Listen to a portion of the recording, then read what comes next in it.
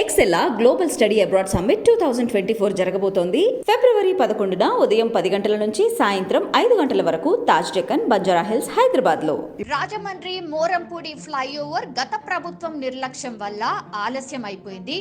మార్చికి flyover పూర్తి చేసేందుకు శరవేగంగా పనులను కూడా పూర్తి చేస్తూ ఉన్నాం.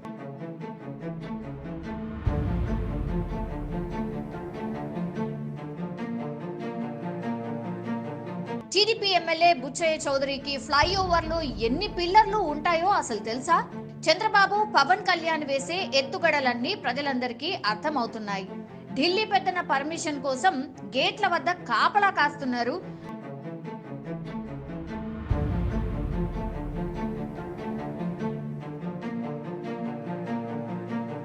చంద్రబాబు ఒక నటోరియస్ అని కేంద్ర పెద్దలే అన్నారు. సో అమిత్ షా తిరుపతి దర్శనానికి వస్తే కాన్వాయ్ పైకి చెప్పులు విసిరించిన వ్యక్తి చంద్రబాబు. సిద్ధం అనే స్లోగన్ మాది. తెలుగుదేశం కూడా సిద్ధం అంటోంది. వారికంటూ ఒక ఎజెండా లేదు. కేంద్ర ప్రభుత్వంతో సఖ్యతగా ఉంటూనే మేము రాబట్టాల్సిన నిధులు రాబడుతున్నాం. మళ్ళీ అధికారంలోకి రాగానే మేము పెట్టబోయే మొదటిది ప్రత్యేక హోదా, పోలవరం, వెనుకబడిన వారికి ప్రత్యేక నిధులు. ముఖ్యమంత్రి కింద ఉన్న చంద్రబాబు నాయుడు గారు ఆ మాత్రం ఇంగిత జ్ఞానం లేదా అని అడుగుతా ఉన్నా. ఇది బ్లాక్ స్పాట్ కిందన తొలగించడం జరిగింది. ఏం చేస్తూ ఉన్నారు? తెలుగుదేశం పార్టీ నాయకులు గాడిదలు కాస్తున్నారా అని అడుగుతా ఉన్నా. 2014 నుంచి 19 దాకా ఎన్డీఏ ప్రభుత్వంలో భాగస్వాముల కింద ఉన్న తెలుగుదేశం వాళ్ళ పార్టీ ఎమ్మెల్యేలు, ఎంపీలు ఏం చేస్తూ ఉన్నారు? ఈ 9 సంవత్సరాల కాలంలో ఎంతమంది చనిపోయారు? దానికి కారకులు వీళ్ళు కాదా అని అడుగుతూ ఉన్నారు. వీళ్ళపైన ఛార్జ్ షీట్ తీయాలి, వీళ్ళపైన కేసులు కట్టాలి. పాపం కడుపు కోతతో ఉన్న వాళ్ళ కుటుంబ సభ్యులందరూ కూడా వీళ్ళపైన కేసులు కట్టాలి. ఎంత నిర్లక్ష్యం! వీళ్ళ నిర్లక్ష్యం కారణంగానే ఈ యొక్క ఫ్లైఓవర్ క్యాన్సిల్ అవ్వడం జరిగింది. ఆ క్యాన్సిల్ అయ్యి అటు దివాన్ చెరువు దగ్గర నుంచి విజయవాడ వెళ్ళేదానికి బైపాస్ రోడ్ వచ్చింది కాబట్టి ఇటు మోరంపూడి పైకి ట్రాఫిక్ రాదని వాళ్ళు క్యాన్సిల్ చేసుకుని పోయారు. దాన్ని మనం వచ్చిన తర్వాత బ్లాక్ స్పాట్లు ఎందుకు తొలగించారు అని బ్లాక్ స్పాట్ రీఇనిషియేట్ చేయడం జరిగింది.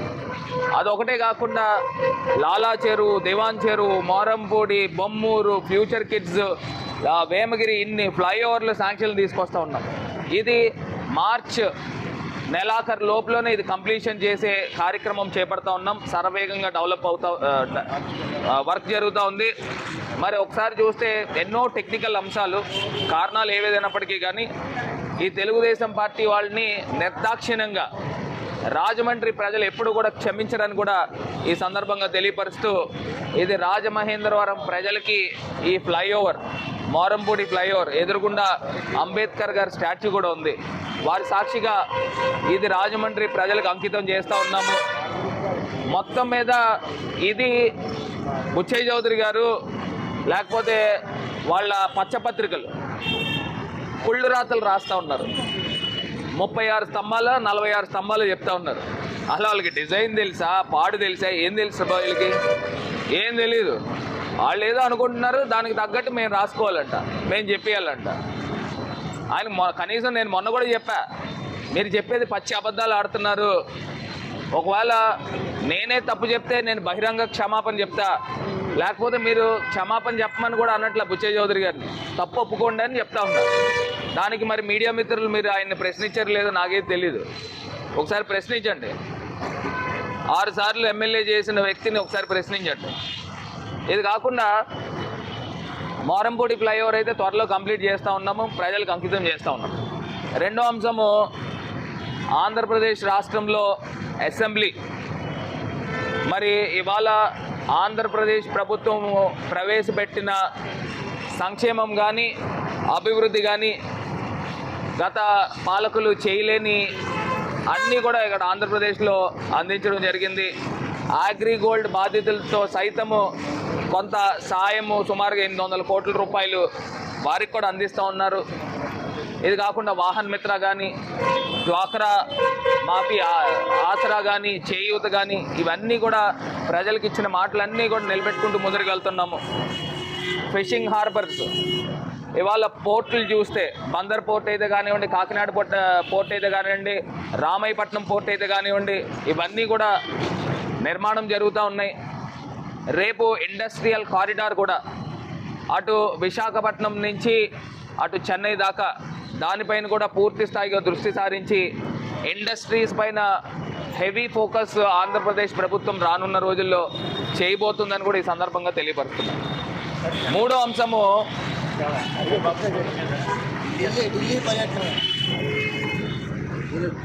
అంశము పవన్ కళ్యాణ్ గారు, చంద్రబాబు నాయుడు గారు వాళ్ళు రాజకీయ ఎత్తుగడలు ఏంటనేది అందరికీ అర్థమవుతూ ఉన్నాయి. కేవలం వాళ్ళ సింగిల్ పాయింట్ ఎజెండా ఏంటంటే మొత్తం అందరినీ కూడా కూడగట్టుకోవాలా, జగన్మోహన్ రెడ్డి గారి పైన సింహం పైన పోరాడాలి. గుంటనక్కలన్నీ చేరుతూ ఉన్నాయి సింహం పైన పోరాడడానికి. ఎప్పుడు సింహం అడవికి రాజే, ఖచ్చితంగా జగన్మోహన్ రెడ్డి గారు ఆంధ్రప్రదేశ్కి రాజు. అదే స్థాయిలో రేపు జగనన్న ప్రపంచం ఉండబోతూ ఉంది ఎన్ని పార్టీలు కలిసినప్పటికీ కూడా. మరి ఇవాళ చంద్రబాబు నాయుడు గారు, పవన్ కళ్యాణ్ గారు వీళ్ళందరూ కూడా ఢిల్లీ వెళ్తున్నారని చెప్పి వార్తలు వస్తూ ఉన్నాయి. అంటే బీజేపీ పెద్దల అపాయింట్మెంట్ గురించి వాళ్ళు గేట్లు కాడ పడిగాపులు కాస్తూ ఉంటారు. వీళ్ళకి అలవాటే, పెద్దగా ఏం చెప్పక్కర్లా. ఎప్పుడు అపాయింట్మెంట్ ఇస్తారా? ఆయన చంద్రబాబు నాయుడు గారు గతంలో చెప్పేవాడు, నేను 27 సార్లు ఢిల్లీ వెళ్ళాను, నాకు ఒక్కసారి కూడా అపాయింట్మెంట్ ఇవ్వలేదని చెప్పి ఏడుస్తూ చెప్పాడు. ఈసారి కూడా అదే టైప్లో ఉంటుందని మేము కూడా అనుకుంటాం.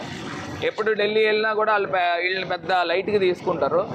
సరే, వాళ్ళు నాకు తెలిసి బీజేపీ ప్రభుత్వం, బీజేపీ పార్టీ వీళ్ళతో పొత్తుల్లోకి వెళ్తారని నేనైతే అనుకోవట్లా. ఎందుకంటే చంద్రబాబు నాయుడు అంత నటోరియస్, వాళ్ళే చెప్పారు, అంత డర్టీయెస్ట్ పొలిటీషియన్ అని చెప్పిన మాటలు వాళ్ళే.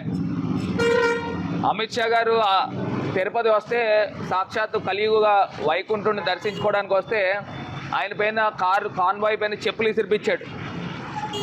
ప్రధానమంత్రి గారిని ఎంత దూషించాలో నరేంద్ర మోడీ గారిని అంత దూషించాడు. అతనికి పెళ్ళి అవ్వలేదు, ఆయనకేం తెలుసు భార్య విలువ, ఆయనకేం తెలుసు పిల్లల విలువ అని చెప్పేసి దూషించిన మాట చంద్రబాబు నాయుడు గారు వాస్తవం కాదా అని అడుగుతూ ఉన్నారు. ఇలాంటి పొలిటీషియన్ని నాకు తెలిసి వాళ్ళు ఎంకరేజ్ చేస్తారని అనుకోవట్లే. కొన్ని రాజకీయాల్లో ఏవైనా జరగచ్చు. ఏదేమైనప్పటికీ మరి వాళ్ళ పార్టీ ఎమ్మెల్యేలు, తెలుగుదేశం పార్టీ ఎమ్మెల్యేలు కానీ, జనసేన నాయకులు కానీ వాళ్ళే ప్రకటించుకుంటున్నారు, నేనే ఇక్కడ పోటీ చేస్తున్నానని తెలుగుదేశం ఎమ్మెల్యే చెప్తాడు. అదే రకంగా జనసేన పార్టీ అభ్యర్థులు కూడా నేనే ఈ స్థానానికి పోటీ చేస్తానని వాళ్ళు చెప్పుకుంటున్నారు. అంటే వీళ్ళకి క్లారిటీ లేదు. ఏది ఏమైనప్పటికీ కూడా నేనైతే చెప్పాలనుకున్నది ఒక్కటే, రాష్ట్ర ప్రజల్ని గమనించమని కోరుతా ఉన్నా. జగనన్న ఏదైనా మాట చెప్తే మాట నిలబెట్టుకునే నైజం జగన్మోహన్ రెడ్డి గారిది. చంద్రబాబు నాయుడు గారు, పవన్ కళ్యాణ్ గారు, లేకపోతే ఎన్ని తోక పార్టీలు వచ్చినప్పటికీ కూడా వాళ్ళు రాజకీయ స్వప్రయోజనాల గురించి ఎన్ని తప్పటడుగులైనా వేస్తారు, ఎంత నీచానికైనా దిగజారిపోతారు అనేది ప్రజలను గమనించమని కోరుతాం.